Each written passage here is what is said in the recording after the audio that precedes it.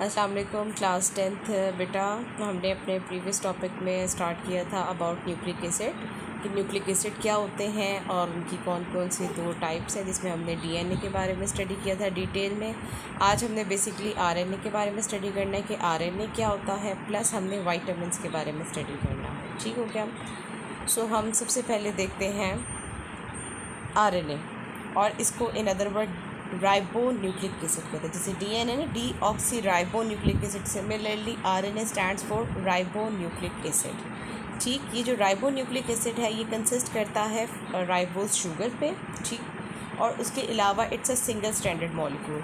It also have nitrogenous bases sugar phosphate bond, but इसमें और DNA में main difference क्या है कि इट इज़ सिंगल स्ट्रैंडेड। जैसे हमने प्रीवियस अपने लेक्चर में देखा था कि डीएनए के क्या थे, डबल स्ट्रैंड्स थे, 2 स्ट्रैंड्स पे कंसिस्ट करते हैं and that 2 strands twist around each other. ठीक हो गया ना कि वो दोनों स्ट्रैंड्स क्या थे, एक दूसरे के साथ ट्विस्ट हुए थे।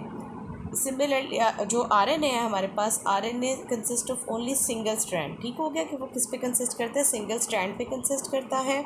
और अगेन स्ट्रैंड की जो बैकबोन है वो शुगर फॉस्फेट बॉन्ड होती है, प्लस उसके साथ नाइट्रोजनस बेसिस प्रेजेंट होते हैं।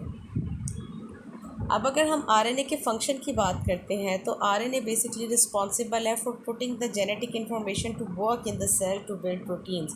कि बेसिकली सेल ने जो अपना फंक्शन परफॉर्म करना है प्रोटीन फॉर्मेशन का, सो प्रोटीन किस तरह की बननी है, उसमें क्या अमाइनो एसिड का सीक्वेंस होगा, उस सारी के सारी जो इन्फॉर्मेशन है ना वो आरएनए में स्टोर होती है। ठीक हो गया। अब बेसिकली आरएनए का जो मैसेंजर है वो होता है, इट्स लाइक आरएनए का जो रोल है it is just like a messenger.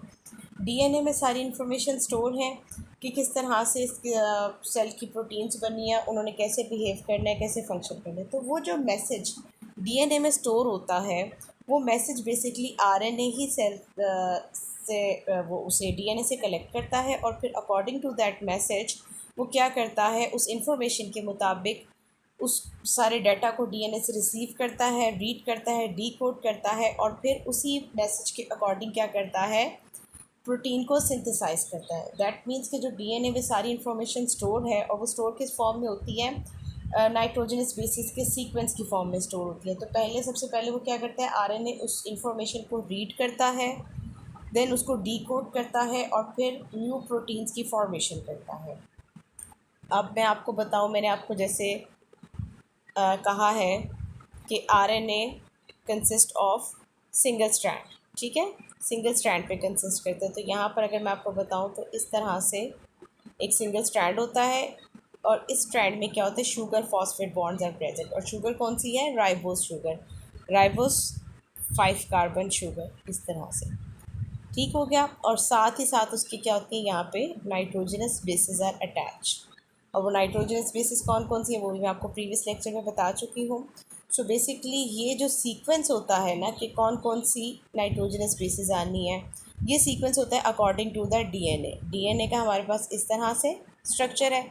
सो सबसे पहले ये जो इसका डबल हेलिकल स्ट्रक्चर होता है, ट्विस्टेड फॉर्म में होता है, ये उसको क्या करता है, सिंपल स्ट्रेट फॉर्म में लेकर आता है। ठीक है, यानी वो अनट्विस्ट होता है, अनवाइंड होता है।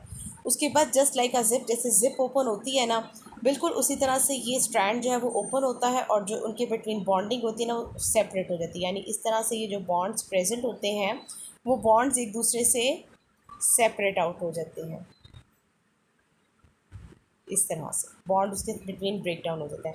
अब ये जो सीक्वेंस है कि किस सीक्वेंस से यहाँ पे नाइट्रोजनस बेसिस प्रेजेंट है, वो सीक्वेंस आरएनए जो है उसको रिसीव करता है, रीड करता है और डीकोड करता है। यानी जो जिस सीक्वेंस में यहाँ पर नाइट्रोजनस बेसिस प्रेजेंट है उसी सीक्वेंस में यहाँ आरएनए पे वो सीक्वेंस के साथ बेसिस अटैच हो जाती हैं, और ये सीक्वेंस बेसिकली डिसाइड करता है कि प्रोटीन किस तरह की होगी, क्या वो फंक्शन परफॉर्म करेगी।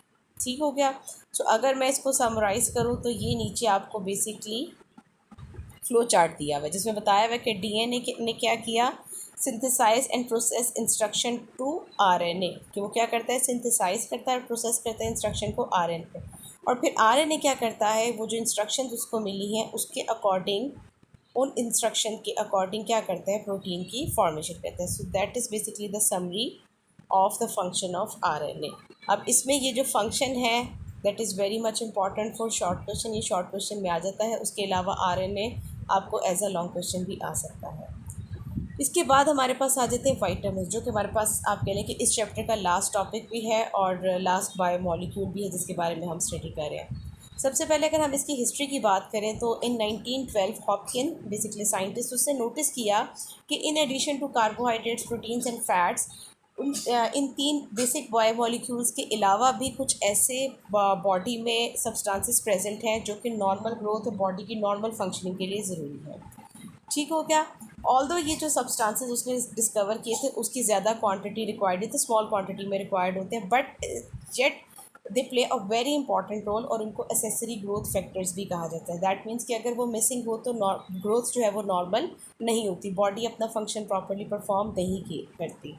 उसके बाद फंक अगेन अनदर साइंटिस्ट, उसने क्या किया, इन सब्सटेंसेस को वाइटामिन का नेम दिया। हॉपकिन ने डिस्कवर की थी कि कुछ सब्सटेंसेस हैं जो कि प्रोटीन, कार्बोहाइड्रेट्स एंड फैट्स के अलावा भी बॉडी में प्रेजेंट होते हैं, और फंक ने उनको किसका नेम दिया था, वाइटामिन का नेम दिया था, जब उसने सबसे पहली वाइटामिन डिस्कवर की थी, दैट इज़ थायामीन।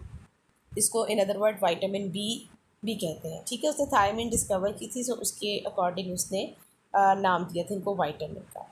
अब अगर हम बात करें वाइटामिन की, तो हमारी बॉडी में दो तरह के वाइटामिन होते हैं। First one are called as fat soluble vitamins and other one are called as water soluble vitamins.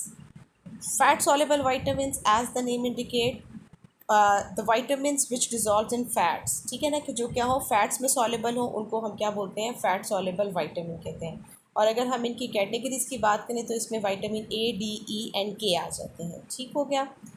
फिर अगर हम इनके बात करते हैं इफ़ेक्ट की, अब अगर इन वाइटामिन को, जो फैट सॉल्युबल वाइटामिन होते हैं, अब नीड से ज़्यादा, यानी जितनी हमारी बॉडी को नीड है उससे ज़्यादा अमाउंट में लिए जाए, लार्ज क्वांटिटी में लिए जाए, तो ये क्या होते हैं, हमारी बॉडी में एक्यूमुलेट होना स्टार्ट हो जाते हैं और किसी ना किसी किस्म की कोई डिजीज़ कॉज कर देते हैं। For example, if we are taking vitamin D in excessive amount, ठीक हो क्या, अगर हम उसको क्या करें, एक्सेसिव अमाउंट में ले रहे हैं, सो अल्टीमेटली वो वाइटामिन डी जो है वो क्या करेगी, एक तो हमारी बोन्स को हार्ड कर देगी, उसमें बोन पेन स्टार्ट हो जाएगी, प्लस किडनी में जो है बोन लाइक डिपॉजिट्स बनाना स्टार्ट कर देगी, जिसको हम किडनी स्टोन भी कहते हैं। सिमिलरली अगर हम इन वाइटामिन की जो रिक्वायर्ड अमाउंट है उससे कम लेते हैं तो वो डेफिशिएंसी भी क्या करती है, डिजीज़ कॉज करती है। अगेन इसी की बात करते हैं वाइटामिन डी की। अगर वाइटामिन डी की बॉडी में डेफिशिएंसी हो जाए तो there are so many diseases जो कि वाइटामिन डी की डेफिशिएंसी की वजह से होती है। जैसे कि बच्चे हैं उनमें रिकेट्स की डिज़ीज़ है वो हो जाती है, जिससे उनकी बोन जो है वो वीक हो जाती है। वो इतनी वीक होती है कि वो अपना जो वेट है वो भी बेयर नहीं कर पाते, कि अगर वो अपने वेट पे खड़े होंगे तो उनकी जो बोन्स होती हैं लेग की वो बेंड हो जाती हैं। ठीक है, इतनी वो वीक हो जाती हैं। नेक्स्ट हमारे पास कैटेगरी आ जाती है वाटर सॉल्युबल वाइटामिन्स की। Water soluble vitamins, as the name indicate, ऐसे वाइटामिन्स जो कि वाटर में सॉल्युबल होते हैं। ठीक हो गया, उनको हम क्या बोलते हैं, वाटर सॉल्युबल वाइटामिन्स कहते हैं। इसकी एग्जांपल में हमारे पास आ जाती है vitamin B and vitamin C. ठीक है, वाइटामिन बी जो है उसमें और टोटल 10 वाइटामिन जो हैं वो इंक्लूड है, जिसको वाइटामिन B1, B12 इस तरह से कैटेगराइज किया गया है। ठीक हो गया। और जो वाइटामिन सी है इसको अनदर वर्ड एस्कॉर्बिक एसिड भी कहते हैं। अगर हम इसके इफ़ेक्ट की बात करें तो अगर हम as they are water soluble, तो अगर हम इसकी एक्सेसिव अमाउंट भी ले लें तो ये हमारी बॉडी के लिए टॉक्सिक नहीं होती। क्यों? क्योंकि वाटर में सॉल्युबल होते हैं तो हमारी बॉडी से जो एक्स्ट्रा अमाउंट की वाइटामिन होती हैं वो ईजीली एक्सक्रीट आउट हो जाते हैं। बट अगर हम इसकी रिक्वायर्ड अमाउंट नहीं लेते तो उसकी डेफिशिएंसी से हमें, हमारी बॉडी जो है वो उसमें डिजीज़ होना स्टार्ट हो जाती है। लाइक जैसे अगर वाइटामिन सी की डेफिशिएंसी हो जाए तो स्कर्वी डिजीज़ है जो के हो सकती है। सो इनकी जो एक्सेसिव अमाउंट है वो नुकसानदेह नहीं है हमारी बॉडी के लिए, लेकिन अगर हम इसकी रिक्वायर्ड अमाउंट से कम लेते हैं तो वो हमारी बॉडी के लिए क्या है, हार्मफुल है।